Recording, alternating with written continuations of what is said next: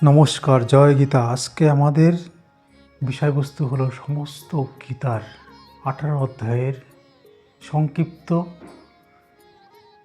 সুন্দর বাংলাতে তার সংক্ষিপ্ত আলোচনা ব্যাখ্যা করার চেষ্টা করব।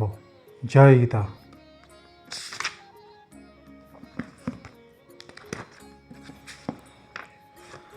ওম অজ্ঞানতিনামধস্য জ্ঞানম জন শলাকায়া চক্ষুরুত উন্মীলিতং যেন তস্মৈ শ্রী গুরুবে নমঃ। হে কৃষ্ণ করুণা সিন্ধু দীনবন্ধু জগৎপতে গোপেশ গোপিকা কান্ত রাধাকান্ত নমস্তুতে। তপ্ত কাঞ্চন গৌরাঙ্গী রাধে বৃন্দাবনেশ্বরী বিশ্বভানুসুতে দেবী প্রণমামি হরিপ্রিয়ে। পঞ্চাকল্পতরুভ্যশ্চ কৃপা সিন্ধুভ্যো এব চ পতিতানাং পাবনেভ্যো বৈষ্ণবেভ্যো নমো নমো। শ্রীকৃষ্ণ চৈতন্য প্রভু নিত্যানন্দ শ্রী অদ্বৈত গদাধর শিবাসাদি গৌরভক্তবৃন্দ। হরে কৃষ্ণ কৃষ্ণ কৃষ্ণ হরে হরে, হরে রাম রাম রাম হরে হরে। সমস্ত বৈষ্ণব সাধুগুরু ভক্তবৃন্দর শ্রীচরণে প্রণাম জানিয়ে শ্রীমদ্ ভাগবত গীতার 18 অধ্যায়ের সংক্ষিপ্ত আলোচনা আরম্ভ করতে চলছি। জয় গীতা। হরি ওম তৎসৎ। শ্রীমদ্ ভাগবত গীতার প্রথম অধ্যায় অর্জুন বিষাদ যোগ। কুরুক্ষেত্রের রণাঙ্গনে সেনা পর্যবেক্ষণ।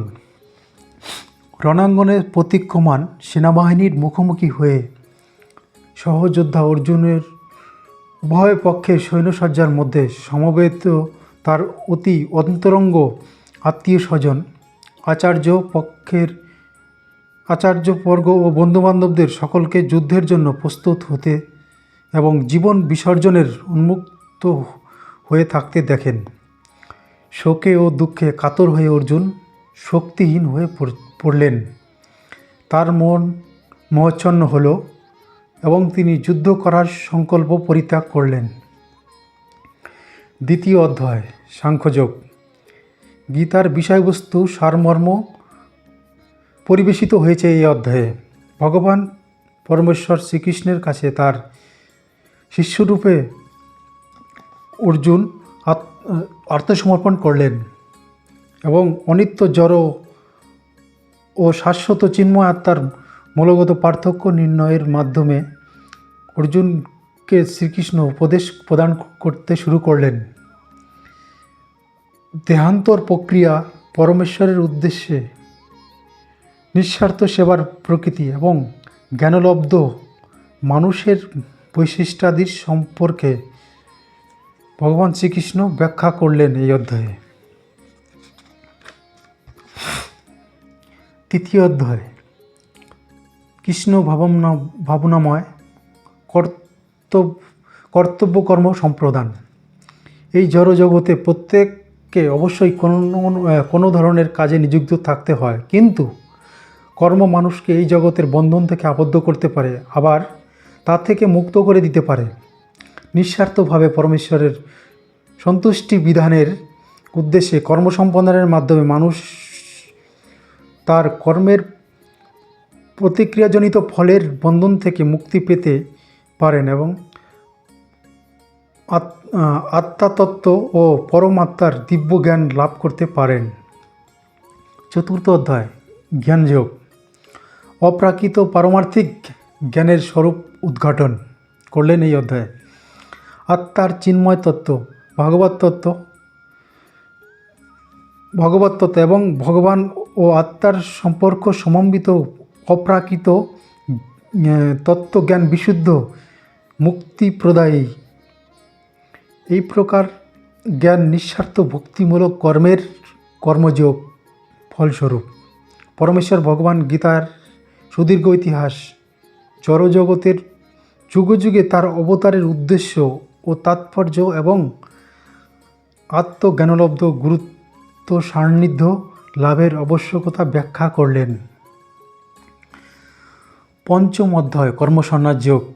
কর্মফল পরিত্যাগের মাধ্যমে লব্ধ আনন্দ, অর্থাৎ কর্মফল পরিত্যাগ করে আনন্দ লাভ করা যায়। বিচারে সমস্ত কর্তব্য কর্ম সাধন করলেও সেগুলি কর্মফল পরিত্যাগ করার মাধ্যমে জ্ঞানবান ব্যক্তি পারমার্থিক জ্ঞানতত্ত্বের অগ্নির দ্বারা পরিশুদ্ধ হয়ে শান্তি, নিরাসক্তি, সহনশীলতা, চিন্ময় অন্তর্দৃষ্টি এবং শুদ্ধ আনন্দ লাভ করেন। ষষ্ঠ অধ্যায় ধ্যানযোগ, ভগবত ভাবনার অতিবেষ্টিতা।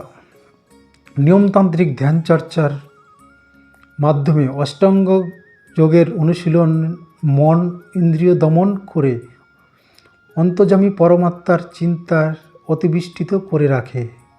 এইরূপ অনুশীলনের ফলে পরিণামে পরমেশ্বরের পূর্ণ ভাবনার রূপ সমাধি অর্জিত হয়।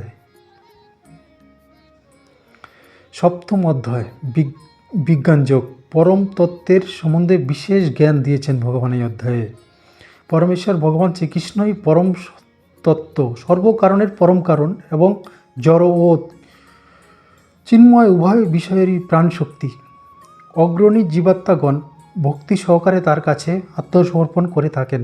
পক্ষান্তরে অধার্মিক জীবাত্মারা অন্যান্য বিষয়ের ভজনায় তাদের মন বিক্ষিপ্ত করে থাকে। অষ্টম অধ্যায় অক্ষর ব্রহ্মযোগ, পরম তত্ত্ব লাভ, অর্থাৎ পরম তত্ত্ব কীভাবে লাভ করা যায় এই অধ্যায়ে তার বর্ণিত করেছেন। আজীবন পরমেশ্বর ভগবান শ্রীকৃষ্ণের চিন্তার মাধ্যমে বিশেষ করে মৃত্যুকালে তাকে স্মরণ করে মানুষ জড় জগতের ঊর্ধ্বে ভগবানের পরম ধাম লাভ করতে পারেন। নবম অধ্যায় রাজগুহযোগ, গুরুতম জ্ঞান এই অধ্যায়ে বর্ণিত করেছেন ভগবান শ্রীকৃষ্ণ। পরমেশ্বর ভগবান এবং পরম আরাধ্য অপ্রাকৃত ভগবত সেবা বা ভক্তির মাধ্যমে জীবাত্মা মাত্রই তার সাথে নিত্য সম্বন্ধ যুক্ত। শুদ্ধ ভক্তি পুনরুজ্জীবিত করার ফলে শ্রীকৃষ্ণর পরম ধামে প্রত্যাবর্তন করা সম্ভব বলেছেন ভগবান শ্রীকৃষ্ণ এই অধ্যায়ে। দশম অধ্যায় বিভূতিযোগ, পরম ব্রহ্মের ঐশ্বর্য, ভগবানের যে ঐশ্বর্য এখানে ব্যাখ্যা করেছেন। জড়জগতের বা চিন্ময় জগতের প্রকাশিত সূর্য, শ্রী আড়ম্বর বা উৎকর্ষ আদি সমস্ত ইন্দ্রিয়গ্রাহ্য বিষয় শ্রীকৃষ্ণের দিব্য শক্তি পরম ঐশ্বর্যবলীর আংশিক প্রকাশমাত্র। সর্বকারণের পরম কারণ, সমস্ত বিষয়ের আশ্রয়, সারথীস্বরূপে শ্রীকৃষ্ণ সমস্ত জীবেরই পরম আরাধ্য।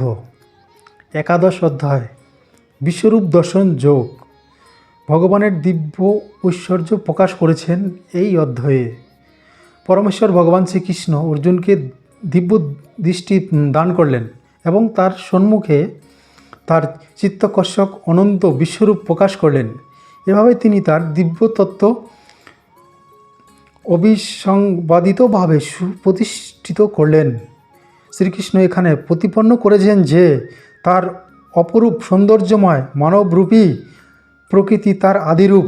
একমাত্র শুদ্ধ ভগবত সেবার মাধ্যমেই কেবল এই রূপের দর্শন লাভ করা যায়। দ্বাদশ অধ্যায় ভক্তিযোগ, শ্রীকৃষ্ণ প্রেম লাভের পন্থা বা পথ। চিন্ময় জগতের সর্বোত্তম প্রাপ্তি বিশুদ্ধ কৃষ্ণ প্রেম লাভের পক্ষে ভক্তিযোগ সাধন বা শ্রীকৃষ্ণের উদ্দেশ্যে শুদ্ধ ভক্তির সর্বশ্রেষ্ঠ উপযোগী পন্থা। যারা এই পরম পন্থার অনুসরণ করেন তারা দিব্য গুণাবলীর অধিকারী হন। 13দশ অধ্যায় প্রকৃতি পুরুষ বিবেকযোগ, জড়বন্ধন থেকে মুক্তি। কিভাবে আমরা জড়বন্ধন থেকে মুক্তি পাব এই অধ্যায়ে ভগবান শ্রীকৃষ্ণ বর্ণনা করলেন।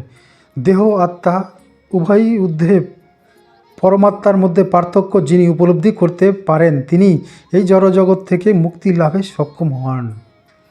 চতুর্থ অধ্যায় গুণত্রয় বিভাগ যোগ, জড় ও প্রাকৃতিক ত্রিগুণ বিশিষ্ট। সমস্ত দেহধারী জীবাত্মারই শতরজতম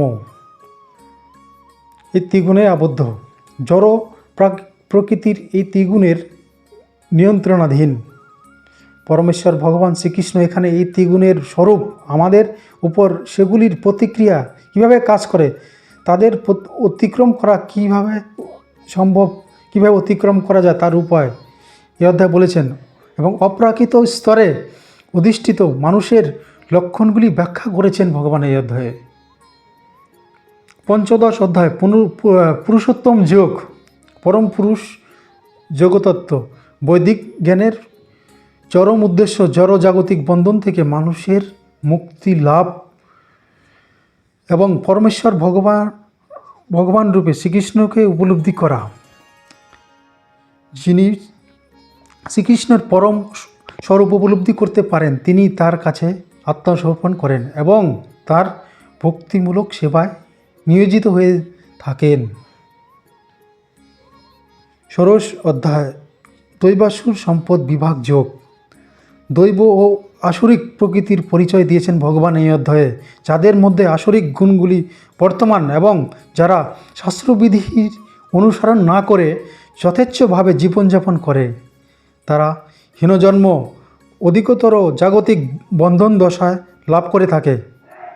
হীনজন্ম অর্থাৎ যারা কর্মের ফলে নিচ যোনিতে জন্মগ্রহণ করে, খারাপ কর্ম বা নিচ কর্মের দ্বারা নিচ যোনিতে জন্মগ্রহণ করে।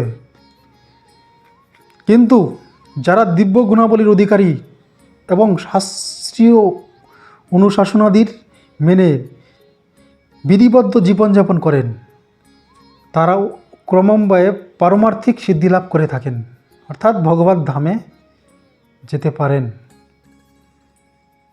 সপ্তদশ অধ্যায় শ্রদ্ধাত্রয় বিভাগ যোগ। শ্রদ্ধা বা বিশ্বাসের স্তর বিন্যাস করেছেন ভগবান এই অধ্যায়ে। শ্রদ্ধা জড় প্রাকৃতিক ত্রিগুণ থেকে উদ্বুদ্ধ বিষয়, সেগুলির বৈশিষ্ট্য অনুযায়ী শ্রদ্ধা তিন ধরনের হয়ে থাকে। যাদের শ্রদ্ধার রাজসিক ও তামসিক, তারা নিতান্তই অনিত্য জড় জাগতিক ফললাভ করে। পক্ষান্তরে শাস্ত্রীয় অনুশাসনাদির মতে অনুষ্ঠিত শতগুণময় কার্যাবলী হৃদয়কে পরিশুদ্ধ করে এবং পরিণামে ভগবান শ্রীকৃষ্ণের প্রতি শ্রদ্ধার পথে মানুষকে পরিচালিত করে এবং শুদ্ধ ভক্তিভাব জাগ্রত করে তোলে।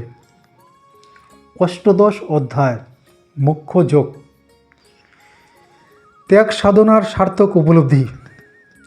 ভগবান শ্রীকৃষ্ণ এখানে ত্যাগের অর্থ এবং মানুষের চেতনা ও কার্যকলাপের উপর প্রকৃতির গুণাবলীর প্রতিক্রিয়াগুলি ব্যাখ্যা করেছেন। তিনি ব্রহ্ম উপলব্ধি, ভগবদ্গীতার মহত্ব এবং গীতার চরম উপসংহার, ধর্ম সর্বোচ্চ পন্থা, পরমেশ্বর ভগবান শ্রীকৃষ্ণের উদ্দেশ্যে নিশ্চিত আত্মসমর্পণ সম্বন্ধে ব্যাখ্যা করেছেন ভগবান, যার ফলে সর্ব পাপ থেকে মুক্তি লাভ হয়, সম্যক জ্ঞানের উদয় হয়। ভগবান শ্রীকৃষ্ণের শাশ্বত চিন্ময় পরম ধামে প্রত্যাবর্তন করার যোগ্যতা অর্জন করে থাকে, অর্থাৎ যোগ্যতা অর্জন করতে পারে। তার ব্যাখ্যা ভগবান এখানে করেছেন। জয় গীতা। হরি ওম তৎসৎ। হরে কৃষ্ণ কৃষ্ণ কৃষ্ণ হরে হরে, হরে রাম রাম রাম হরে হরে।